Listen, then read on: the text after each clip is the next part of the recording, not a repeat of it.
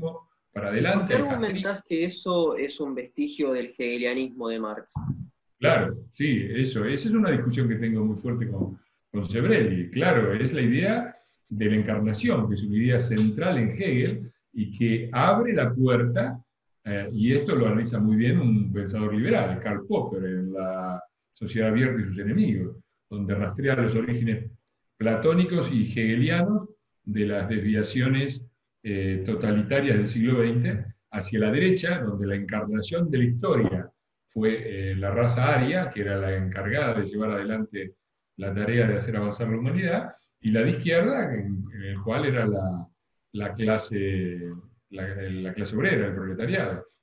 Las dos han creado enormes tragedias en la historia. La verdad que hacer un campeonato de horrores en el infierno para ver cuál ha sido peor me parece estúpido. Está claro que esa idea hegeliana, que estaba muy fuerte en Marx, y que en el fondo es una idea religiosa. La encarnación viene de la encarnación El de Dios Mesías. en Jesucristo, ¿no?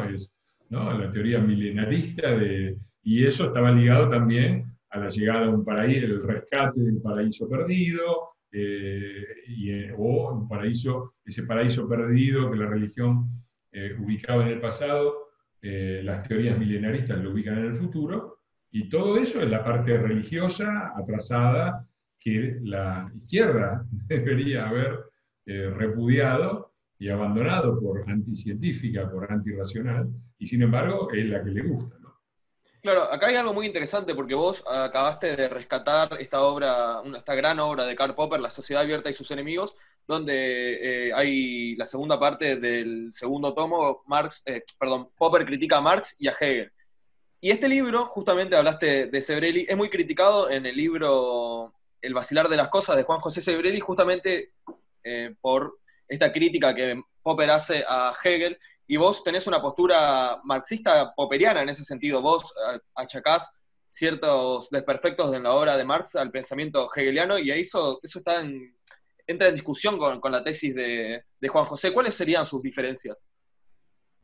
Nada, yo creo que Juan José, creo que en eso hay una parte en Juan José poco racional, ¿no? Hegel fue su filósofo de cabecera desde muy chico y él sigue definiéndose hegeliano. Ahora, cuando uno ve cómo razona Sebrelli, no tiene nada de hegeliano. Lo único que tiene de hegeliano es la camiseta puesta.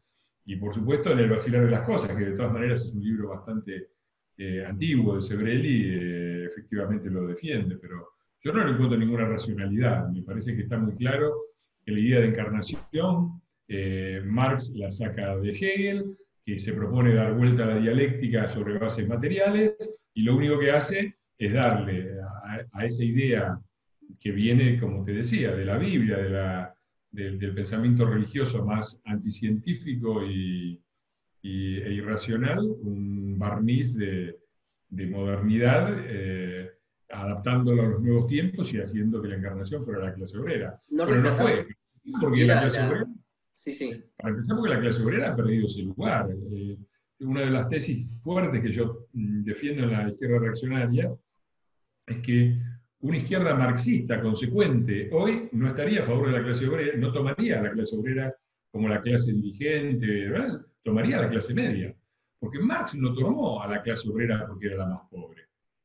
No razonó como si fuera el Papa Francisco con los pobres de la tierra y no sé qué cosa. Esta cosa no es del marxismo, esta cosa es del populismo, esta cosa de la reivindicación de los pobres y hasta de la pobreza. Uno lo ve en el Papa Francisco, en Grabois, en el peronismo, en todos los populismos, en el castrismo, que es un populismo, pero no la ve en Marx. Marx no elige a la clase más pobre. La clase más pobre era el campesinado y sobre todo el proletariado rural, y lo que él llama lumpenproletariat, con absoluto desprecio. Ellos eran mucho más pobres que los obreros. Y Marx no lo eligió a los obreros porque eran los más pobres. Eligió y pensó que era la clase que tenía un potencial de revolucionar toda la sociedad porque eran los que producían la mayor parte de la riqueza. Eso es lo que dice Marx. Lo que hace la riqueza son los obreros. Y los obreros, por lo tanto, tienen un enorme poder y son los únicos que pueden, no son los más pobres eran los campesinados. Era el campesinado y el lumpenproletariado. Y hoy, aplicar esa idea, si vos te fijás, agarrás el PBI del mundo y te fijás de qué está compuesto y vas a ver que casi todo es servicio, no producción industrial. Y que inclusive en la producción industrial la mayor parte del valor agregado es conocimiento agregado. Lo que yo en un libro llamé los KITSI, los factores KITSI: el conocimiento, la información, la diversidad cultural, la comunicación, la innovación, la subjetividad. Esos son los elementos que el iPhone o el teléfono celular que tenemos, el objeto sale de la fábrica de China y vale 10% de su precio final del mercado. Entonces, la teoría de Marx de que era el trabajo físico repetitivo, ¿verdad?, se va a la miércoles, porque si el trabajo físico repetitivo crea un objeto que vale el 10% del precio final del producto. Objeto que además tiene incorporado muchísimo conocimiento, pero no importa, vamos a suponer que fuera solo trabajo físico, es el 10%.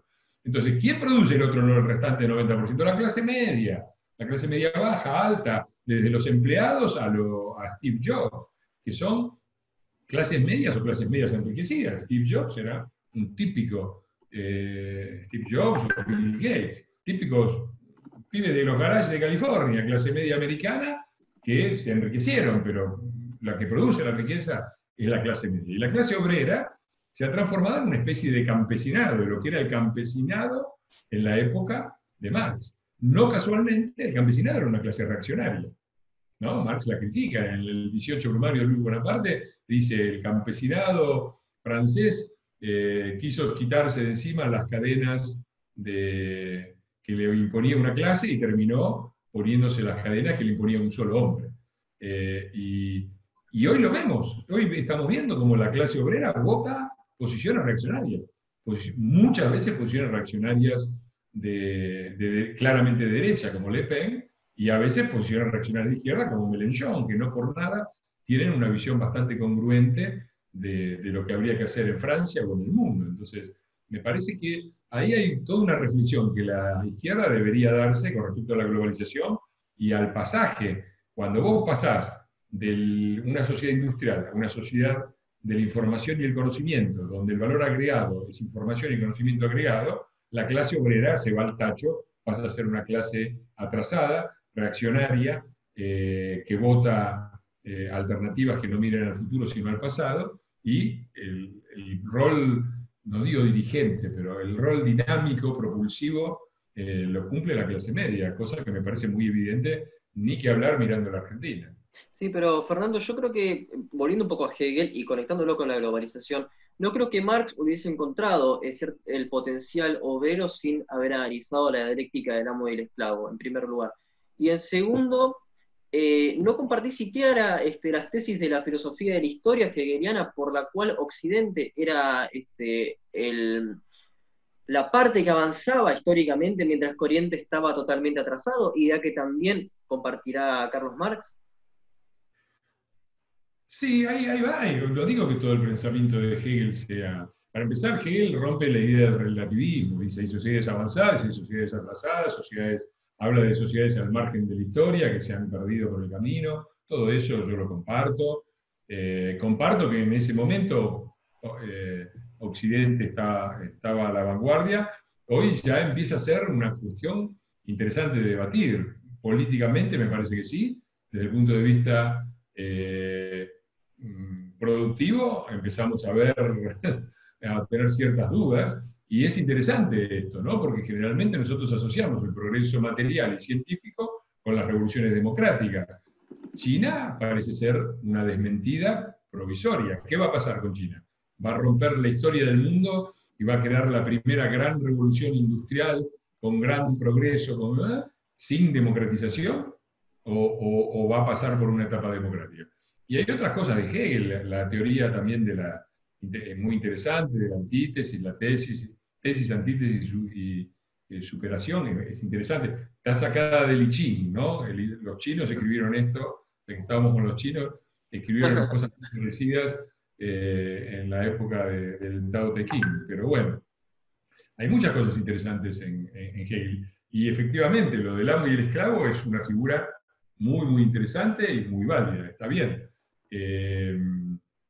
Pero está bien, así, a ver, los que hacen más daño en la historia no son los idiotas, son los grandes genios, que a veces un error este es un tema interesante para analizar, ¿no? Cómo lo que suele perdurar, esto es un pensador menor, pero que fue muy importante en mi formación, que fue Ernesto Sábato.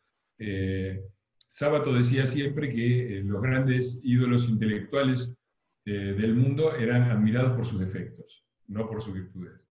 Y creo que tenían una profunda razón en muchas cosas. Sobre todo en Marx, ¿no? Sobre todo Sí, en Marx. Sí, a Marx lo que sobrevivió de Marx fue lo peor, la teoría revolucionaria. La idea de un paraíso en el futuro que había que alcanzar a través de la revolución. Y Hegel, la idea de la encarnación, que sobrevive en Marx y lleva a eso. Ahí hay un punto interesante también que yo trato de analizar en el libro, en la izquierda reaccionaria, que es la idea de revolución.